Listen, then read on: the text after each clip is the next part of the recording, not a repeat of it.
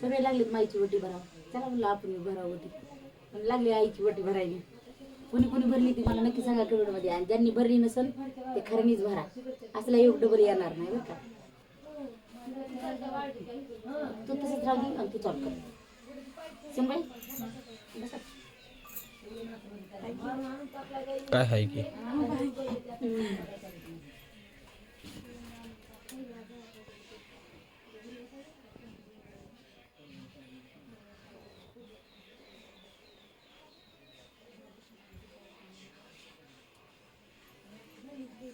आता हे गजरा आपण लावावं लागते.